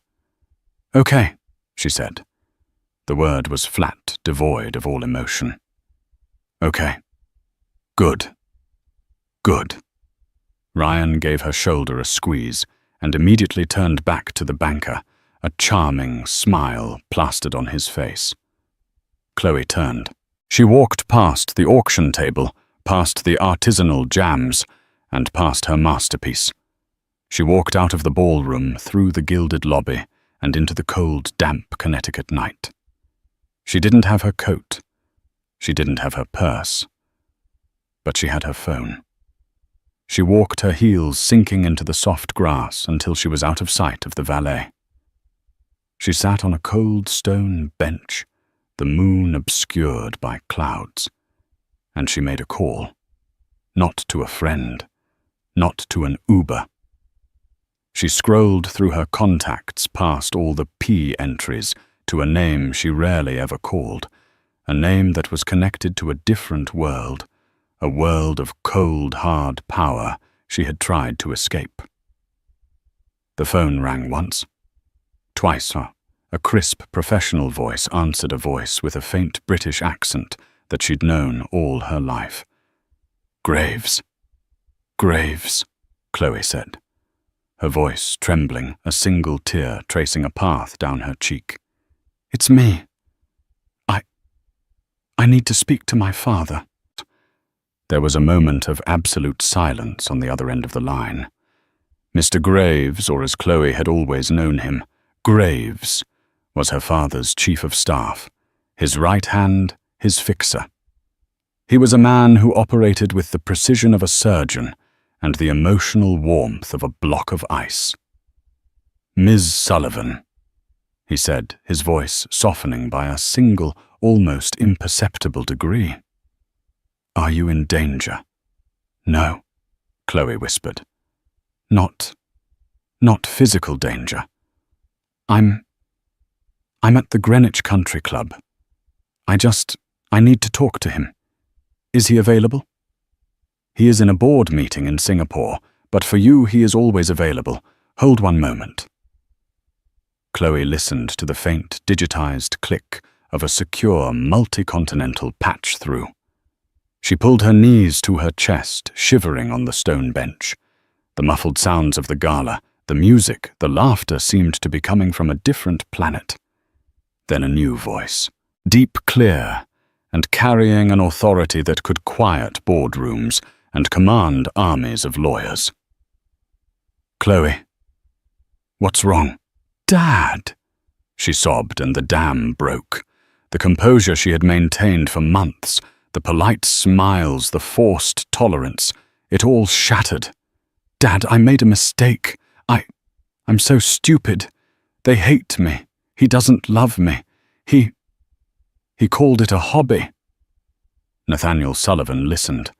He was a man who built empires, the CEO and founder of Ethelred Global, a logistics and technology conglomerate so vast its tentacles reached into shipping data, mining private security and banking.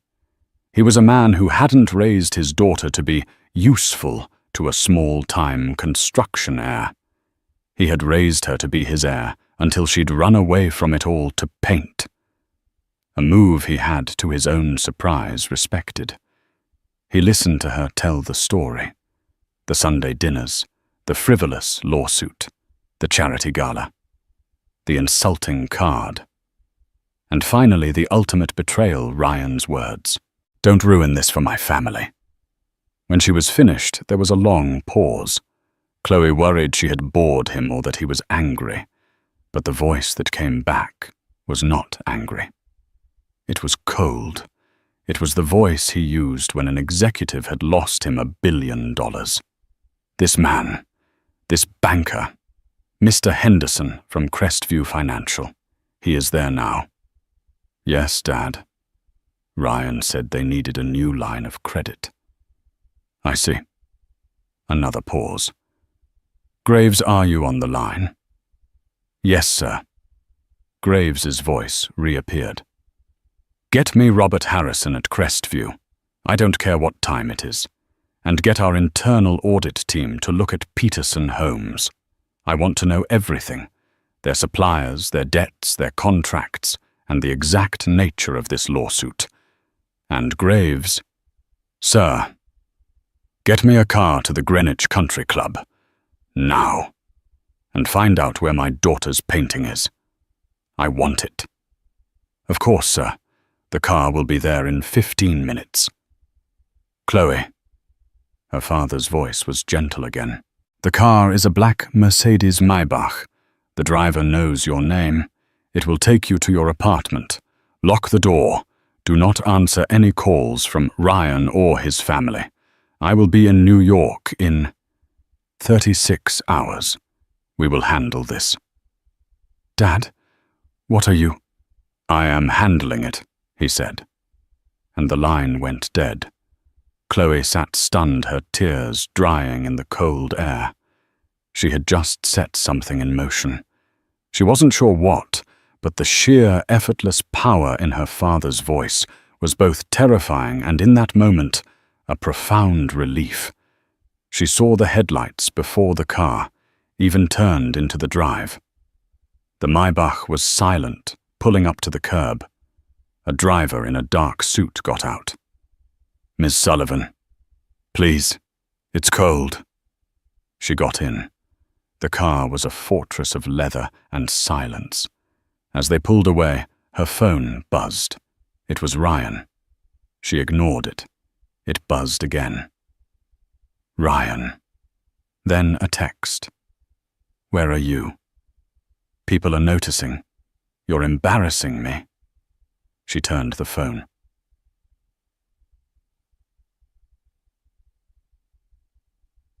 Meanwhile, back at the gala, Ryan was sweating. Chloe had been gone for 20 minutes. Mr. Henderson, the banker, was looking at his watch. "Your wife?" "She seemed upset," Henderson asked, sipping his water. "Oh, just a small misunderstanding. You know how artists are. So emotional."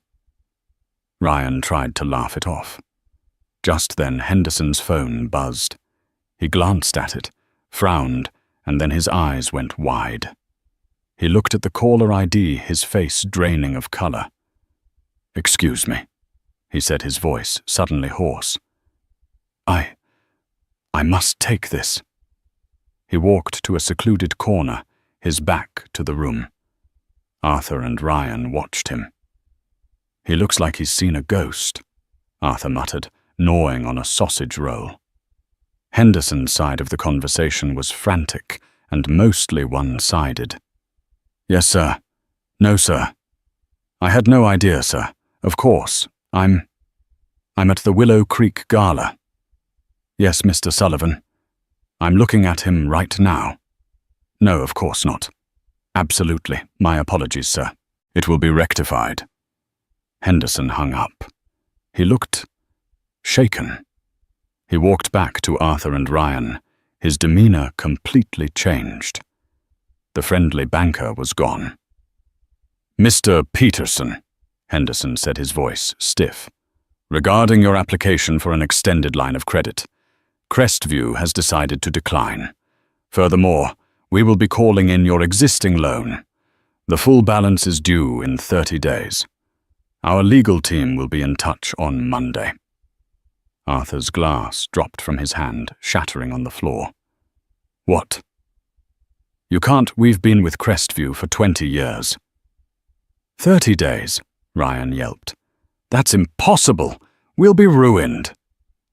Henderson just looked at Ryan, a strange mix of terror and disgust on his face. "Rethink your life, son," he muttered. He then looked around the room, spotted Margaret, and walked over to her. "Margaret, a word. Robert'll... So glad you... I am resigning from the board of this fund, effective immediately. And I am withdrawing Crestview's sponsorship." "But why?" Henderson leaned in. "Do you have any idea who Chloe Sullivan is?" "Who you mean, Ryan's wife?" Margaret said, confused. "Her name, you fool," Henderson hissed. "Her maiden name. Sullivan, as in Nathaniel Sullivan, as in Ethelred Global. Your son married Nathaniel Sullivan's daughter, and you insulted her." Margaret's blood ran cold. Ethelred Global. The name was whispered in places like this. A company that owned, well, everything. That's not possible," she stammered. She's nobody." "She's the heir to a $50 billion empire," Henderson said, his voice trembling with rage. "And you let your bratty daughter write a dark mess on her painting. I just got off the phone with Nathaniel Sullivan himself. He's displeased. You people are done. You're radioactive." Henderson turned and fled the gala, leaving Margaret standing frozen, the color gone from her face. At the same time, 2 men in dark, impeccably tailored suits entered the auction room. They walked to Chloe's painting. One of them placed a small laminated card on the table, sold. The other handed a bewildered auction volunteer a black credit card. How much should I run it for?" the volunteer asked. The man who Chloe would have recognized as Graves didn't even look at the painting. "The bidding starts at $50, I believe," he said, his voice placid. "Let's make the final bid. $5 million for the Willow Creek Children's Fund. Mr. Sullivan sends his compliments." The entire room went silent.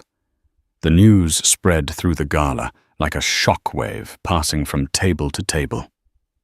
$5 million for that painting from Nathaniel Sullivan. Ryan and Arthur, reeling from the news from the bank, heard the gasp from the crowd. They saw Margaret white as a sheet stumble toward them. "Arthur, Ryan," she whispered, her voice cracking. "We have a problem." A very, very big problem." Ryan's phone buzzed. It was a text from Chloe's number, but it wasn't from Chloe. "Mr. Peterson, this is Graves from Mr. Sullivan's office. Please inform your family that all contact with Ms. Sullivan is to cease immediately. Our divorce attorneys will be in touch on Monday to discuss an equitable dissolution of the marriage." Any attempt to contest this will be ill-advised. Good evening. Ryan read the text. He read it again. And finally the full catastrophic weight of what they had done crashed down upon him. He hadn't just insulted his wife. He had insulted the daughter of a megacorp. And that megacorp was now turning its full, undivided and terrifying attention directly on them. Chloe slept for 12 hours in her old pre-Ryan apartment, a high-security Soho loft her father had bought her years ago, which she'd kept just in case. When she awoke, the city was bustling below, but her world was still. For the first time in months, she didn't feel the low-grade hum of anxiety that had become her constant companion. She felt empty. But it was a clean, quiet kind of empty. A blank canvas. She spent the day in a daze wrapped in a blanket drinking tea. She didn't check the news. She didn't turn on her phone. She had no idea that 30,000 feet over the Pacific, her father was methodically and with chilling precision dismantling the Peterson family. Nathaniel Sullivan didn't operate with bombs. He used scalpels. He didn't believe in messy, emotional revenge. He believed in consequences. The first call to the banker, Robert Henderson, had been the warning shot. It was a simple display of power. "You will not be giving this family my money," he had told Henderson, "and you will tell them why." The $5 million bid for the painting was the second. It wasn't just a donation. It was a price tag. It was Nathaniel Sullivan, publicly declaring the worth of the very thing the Petersons had called worthless. It was a message to the entire Greenwich social scene. "You mocked her, but I value her at $5 million. Pick a side, but that was just the opening act. While his jet refueled in Anchorage, Nathaniel and his team got to work. The report from his internal audit team on Peterson Homes was on his tablet. It was not good for Arthur Peterson. "Graves, what am I looking at?" Nathaniel said, his voice flat. "Sir Peterson Homes is a house of cards. The lawsuit Mrs. Peterson mentioned, it's not one disgruntled client. It's 8. A class action suit is being prepared. They've been cutting corners for years. Substandard Chinese drywall, faulty wiring foundation, concrete that wasn't properly cured. The man hasn't just been building McMansions, he's been building liabilities. Suppliers," Nathaniel said, swiping through the report. "He's leveraged to the hilt. His main supplier for lumber and finishing materials is a company called Apex Building Supplies." "Do we own them?" Nathaniel asked. "No, sir, but we own the logistics company that handles 100% of their North American shipping. And, as of last quarter, Ethelred Capital holds the note on their business loan." Nathaniel smiled. It was not a kind smile. "Call the CEO of Apex. Inform him that Ethelred Logistics is restructuring our shipping contracts, and Ethelred Capital is concerned about his exposure to a high-risk client like Peterson Homes. Suggest, strongly, that he sever ties." "Yes, sir. And the bank, Crestview, was the first cut. Now the rest. I see he has loans with 3 other regional banks. I want Ethelred to buy that debt. All of it. By market close on Monday. I want to be the only one Arthur Peterson owes money to." "It will be done, sir." The team worked through the night. By the time Nathaniel's jet touched down at Teterboro Airport, the pieces were in place. On Monday morning, Arthur Peterson was in a full-blown panic. The 30-day call on his Crestview loan was a death sentence. He'd spent all of Sunday calling other banks trying to secure a new loan to cover it. Every single one had turned him down flat. "Too risky," they said. "Poor credit outlook." He arrived at his office determined to find a way out, only to be greeted by his frantic operations manager. Arthur, you need to see this Apex just terminated our contract. Cancelled all outstanding deliveries. What they can't. We have a contract. They're invoking Clause 7B, non-payment and client financial instability. They say our credit is no good. Arthur, we have 3 houses in framing that need lumber today. We're dead in the water. As Arthur was screaming at his manager, his phone rang. It was another bank. Mr. Peterson, we're calling to inform you that your business loan has been sold. We'll no longer be servicing it. Sold to who? A private holding company, sir. Ethelred Capital Management. Arthur had never heard of it. But the name, Ethelred, it tickled something in the back of his mind. Something from the gala. Then the final blow. An investigative reporter from the Wall Street Journal called. Mr. Peterson, I'm doing a story on construction standards in high-net-worth communities. I've received a rather extensive file regarding 8 families suing you for using toxic substandard drywall. The file includes internal memos, a cost-saving initiative that seemed to confirm this was a deliberate choice. Would you care to comment? Arthur dropped the phone. Internal memos.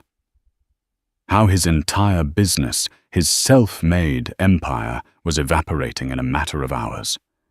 The suppliers were gone. The credit was gone. And now the press was at the door, holding the smoking gun. He stumbled out of his office, his face ashen. He was a ruined man. But Nathaniel Sullivan wasn't done. He hadn't just been attacked on the business front. His daughter had been attacked on the personal and social front, and that meant he had to deal with Margaret and Brenda. While Arthur Peterson's professional life was being systematically exsanguinated, Margaret Peterson was engaged in her own desperate form of damage control. The $5 million donation had been the talk of the state. It had, in one stroke, made the Willow Creek Fund the most successful small market charity in the country, and made Margaret a pariah. She had been politely asked to resign from the board. It's the conflict of interest, Margaret, her co-chair, a woman named Bitsy, had told her over the phone. We simply can't have the mother-in-law of the primary donor on the board. It looks improper. Improper, I built this fund, Margaret had shrieked. Yes, well, and now Mr. Sullivan's donation will build a new wing. His foundation has taken an interest in our operations. They've sent a transition team. Margaret was out. In her own world, at her own event, she had been usurped. But it was about to get so much worse. Nathaniel Sullivan's team didn't just look at Peterson Homes. They looked at the whole family. And Margaret, in her arrogance, had left a trail. Graves had presented the file to Nathaniel. The Willow Creek Children's Fund, sir. It appears Mrs. Peterson has been indiscreet with the accounting. Stealing, Nathaniel asked. More creative billing, Graves said. She's been billing the fund for, well, everything. Her dresses for the gala, her hairdresser, the catering for her private, non-charity-related parties. She's been using the donation account as her personal slush fund for years. It's not a lot, in our terms. Perhaps $80,000 a year. But to the IRS, it's wire fraud. Leak it, Nathaniel said. Anonymously. Not to the Journal. Give it to a local hungry blogger. Someone who wants to make a name for themselves, and send the file to the other now former board members. Let them be the ones to file the police report. The chosen blogger was a local Greenwich gossip columnist who ran a site called Greenwich Gavel. The story dropped on Tuesday. Local socialite Margaret Peterson accused of skimming from children's charity. The story included scanned receipts, invoices from designer boutiques, bills from country club bars, all paid for by the Children's Fund. It was meticulous. It was undeniable. The same friends who had whispered about the $5 million donation were now openly calling for her head. Bitsy, the co-chair, led the charge to the police. By noon on Tuesday, Margaret Peterson, Queen of Greenwich Society, was being asked to come downtown to answer a few questions. Her social life wasn't just over. It was spectacularly incinerated. That left Brenda. Brenda Peterson was in the grand scheme of things small time. An influencer with 80,000 followers, most of them bought. She made her money by promoting diet teas, cheap fast fashion, and local spray tan salons. "This one seems, beneath you, sir," Graves had noted. "She called my daughter's art sad," Nathaniel said, not looking up from his work. "She's not beneath me. Expose her." Brenda's vice was simple. She was a fraud. Her entire online life was a meticulously crafted lie. The photos of her on a yacht in Mykonos were taken at the local marina, on someone else's boat. The vegan, gluten-free meals she promoted were immediately followed by trips to fast food drive-thrus, which she paid for with a credit card, in her father's name. But her real sin, the one that would break her, was her charity work. She had recently partnered with a small, obscure animal shelter. She'd run a fundraiser on her Instagram page, asking her followers to donate. Graves' team found the money trail, or rather the lack of one. "She raised $15,000, sir," Graves reported. "The shelter received a single check for $500. The rest appears to have been spent at the Valentino boutique and a weekend trip to Miami." "Tisk, tisk," Nathaniel said. "That's not just fraud. That's tacky. Leak it, all of it, to the same blogger. And make sure the animal shelter's legal team gets a copy. And the IRS. And send a list of her sponsors to a watchdog account. Let them know who they're in business with." The Greenwich Gavel had its second blockbuster story in as many days. From charity to Valentino influencer, Brenda Peterson's animal shelter scam. The fallout was instantaneous and digital. Her follower count, which she checked every minute, began to plummet. The comments section, once filled with heart emojis, was now a torrent of snake emojis and pure, unadulterated vitriol.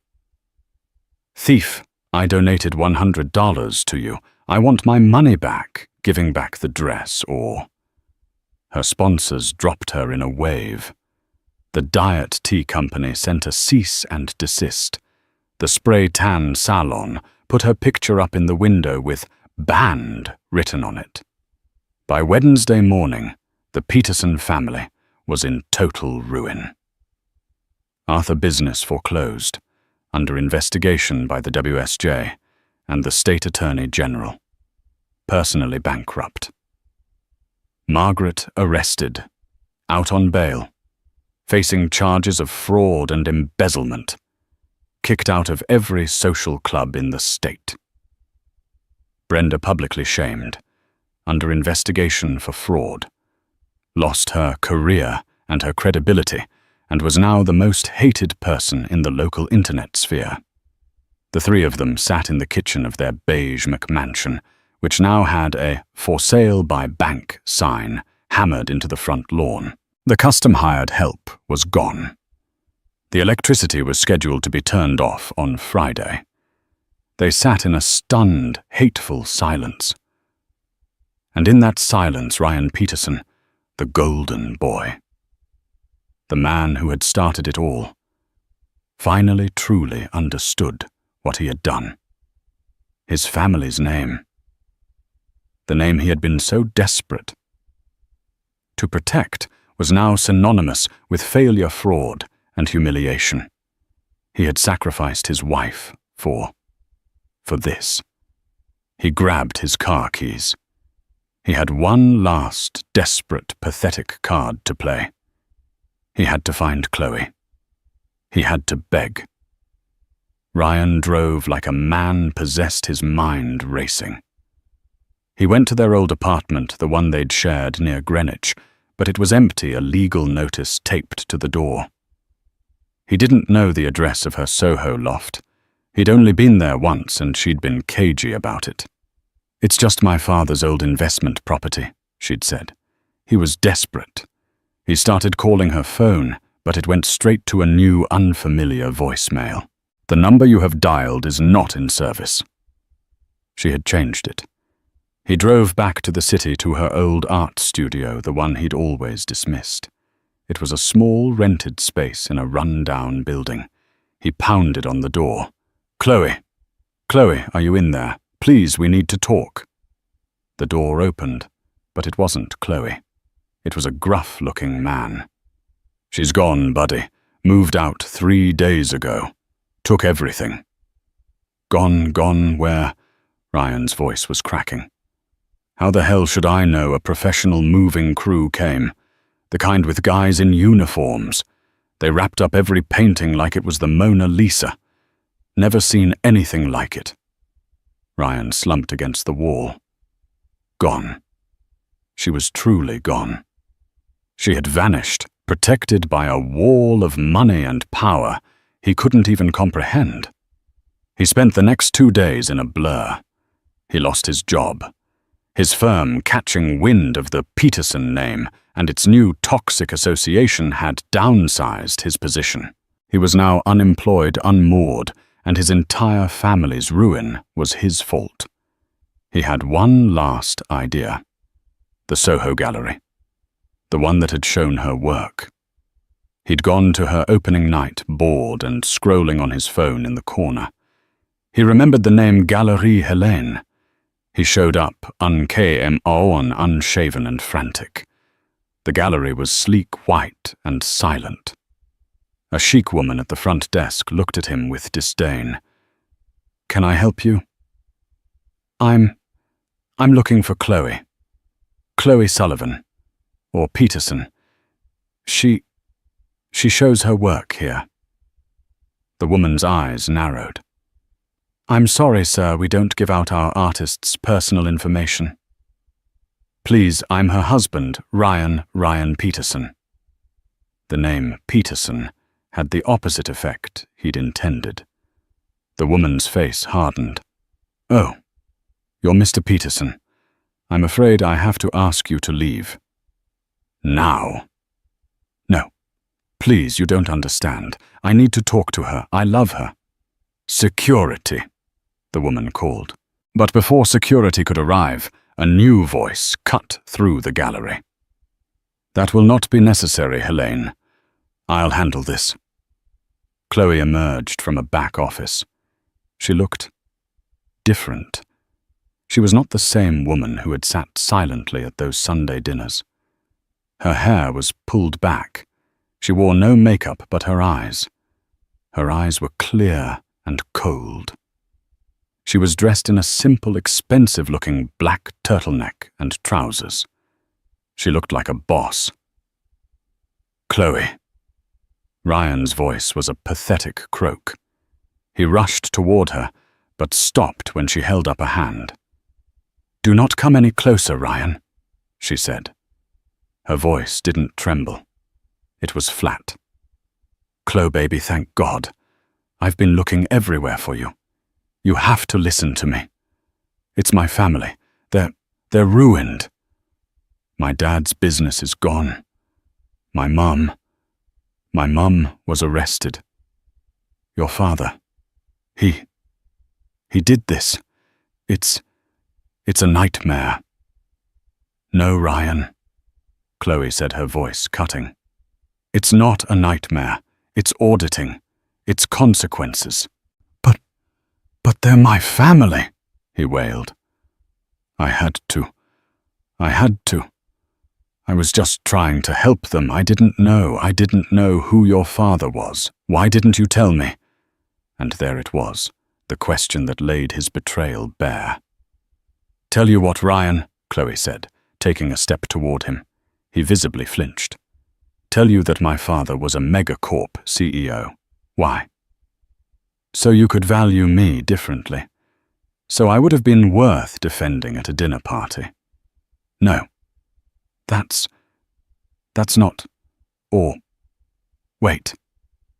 Chloe continued, her eyes narrowing as a final horrifying realization dawned on her. Or, did you know what? He said, sweating. This gallery, my hobby, my little paintings. You never asked how I paid for the rent on my studio. You never asked how I afforded a Soho loft before I met you. You just accepted that I was a struggling artist. But you're a finance guy, Ryan. You're all about the numbers. It never added up, did it? She was piecing it together live. His nervousness in the coffee shop. His love for her detachment from wealth. You knew, she whispered, the shock hitting her. You didn't know who my father was. You didn't know the name Ethelred. But you knew I had money. You knew I had a trust fund. That's what you were after all along. Ryan's face crumbled. The lie was too big to hold. It wasn't like that. Not at first. I did love you. But then, my dad's business. This lawsuit. I just thought, if you could just help, Chloe repeated. By help, you mean you wanted me to use my family's worth to bail out your family's failures. The family that was actively, viciously trying to destroy me. They're snobs, Chloe, I know.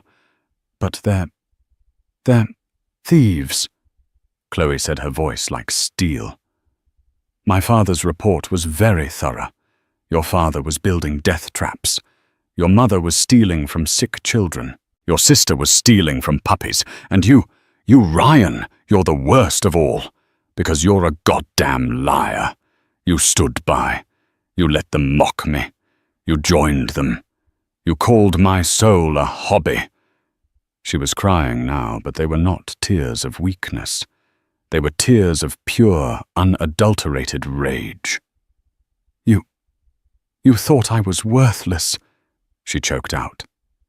You and your whole pathetic beige family. You wanted to strip me of my worth. Well, you're looking at it, Ryan. You're standing in it. Helene, what was the final sale price for Greenwich Dusk? The gallery owner, Helene, who had been watching from the desk, smiled. The original $5 million donation was returned. Helene said. Mr. Sullivan felt it was too flashy. Instead, he arranged for a private sale. It was just finalized this morning. The Museum of Modern Art has acquired it for their permanent collection. The purchase price was undisclosed. But I can tell you, Chloe, you are now one of the most significant new artists in the country. Chloe looked back at Ryan. His mouth was open, his face a mask of disbelief. My hobby, Chloe said, is now in the MoMA. My worth is that I am free of you. You are nothing, Ryan. You are a shell. You attached yourself to me for my money. And you attached yourself to your family for their name. And now, you have neither. Ryan sank to his knees. He was for the first time truly broken. Chloe, please. I'm begging you. I have nothing. I have nowhere to go. Don't do this. Chloe looked at the man sobbing on the floor of her gallery. The man she had loved. The man who had betrayed her. She felt nothing. Just that clean, quiet, empty. I'm not doing anything, Ryan, she said. You did this. You and your family. You built your own con, and my father, he just locked the door. She turned to Helene. "Please have security. Show Mr. Peterson out. And call my car. My father is waiting. We have a flight to Milan for the Biennale." "Yes, Chloe," Helene said. Chloe walked into the back office without a backward glance. She didn't see the security guards hauling a protesting, weeping Ryan Peterson out of the gallery and throwing him onto the Soho sidewalk. She was already looking at the blueprints for her new state-of-the-art studio in Italy, her worth finally and completely her own. The flight to Milan was on her father's jet, a Gulfstream G700 that was less of a plane and more of a flying penthouse. Chloe sat across from Nathaniel Sullivan, sipping a glass of water. They hadn't spoken much since he'd picked her up from the gallery. He was reading a financial report on his tablet, the blue light illuminating his sharp features. He was 60, but looked 50, all an energy and steel. "Was that necessary?" Chloe finally asked, her voice small. Nathaniel looked up, his eyes meeting hers. "Was what necessary, darling? All of it. The bank, the journal, Margaret's arrest, Brenda. Everything. It was so total." Nathaniel Sullivan put his tablet down. He leaned forward, lacing his fingers. "Let me tell you a story, Chloe. When you were 12, you had a passion for astronomy. You wanted a telescope, a real one. I bought you a hobbyist one. You mastered it in a week. Then I bought you a prosumer one. You mastered it in a month. By the time you were 13, you were spending your allowance on advanced physics textbooks. You weren't playing at astronomy. You were studying it." "Dad, I don't see what—" "You are not a hobbyist, Chloe," he said, his voice firm. "You have never been a hobbyist in your life. When you love something, whether it's astronomy or painting, you are total. You are all in. It is your nature. It is my nature. It is the Sullivan nature." He leaned back. "These people, the Petersons, they are the worst kind of creatures. They are weak, talentless, and lazy. And they resent people like you, people with genuine passion, genuine worth. They don't build, they don't create, they just acquire. And when they can't acquire, they mock, they tear down. They try to make you as small as they are." He picked up his tablet again. "What I did, Chloe, was not revenge. It was a market correction. Arthur Peterson was a fraud. Margaret Peterson was a thief. Brenda Peterson was a con artist. And Ryan Peterson was a parasite. I did not ruin them. I simply held up a mirror, and the world saw them for what they truly were." He looked at her, his expression softening. "They tried to strip your worth. They called your soul a hobby. They put a $50 price tag on your self. I did not retaliate against them. I simply corrected the valuation. The $5 million was a statement. The MoMA acquisition, that was the truth. That is your worth, and it is priceless." Chloe looked at her father, this titan of industry, and saw the man who had read her physics books with her trying to keep up. The man who had quietly bought her the Soho loft, just in case. The man who in 36 hours had torn down an entire family, not out of malice, but out of a cold, protective, paternal fury. "What about Ryan?" she asked. "What happens to him?" Nathaniel shrugged. "He is irrelevant.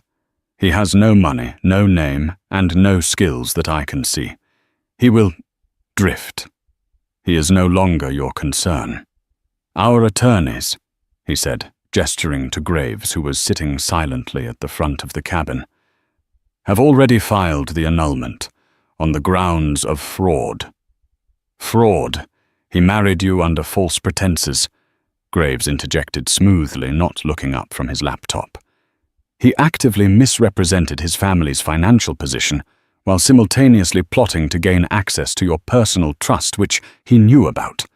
It's a clean-cut case. He won't contest it. He can't afford a lawyer.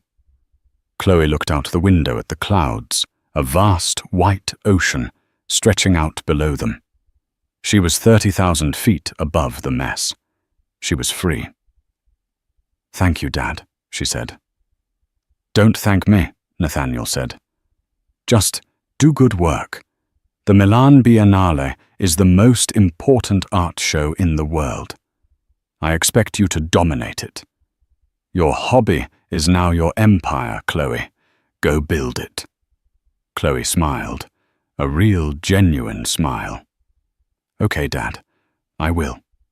And she did. Chloe Sullivan became the art world's new it girl, but with a difference.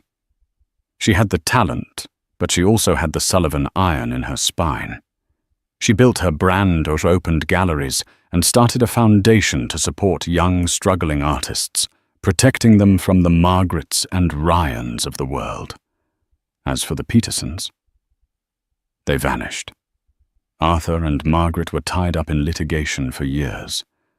Brenda was last seen working at a car wash, and Ryan became a ghost, a footnote in a story about a woman who was underestimated. Chloe never saw him again. She was too busy high up in her new studio overlooking the canals of Venice, painting her next masterpiece, her worth self-evident, and her name finally completely her own. And just like that, Chloe stepped out of the shadow of the Petersons and into her own light, with the full power of the Sullivan name and her own incredible talent behind her. What a journey. If you were on the edge of your seat watching the Peterson empire crumble, make sure you hit that like button. It truly helps the channel. What part of their takedown was the most satisfying? Was it Arthur's business imploding?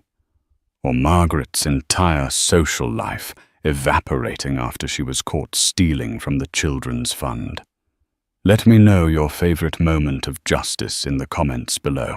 And if you love stories where a character finds their true strength and serves up the ultimate revenge, you are going to want to subscribe and ring that notification bell. You won't want to miss the stories we have coming up next. Thank you for watching.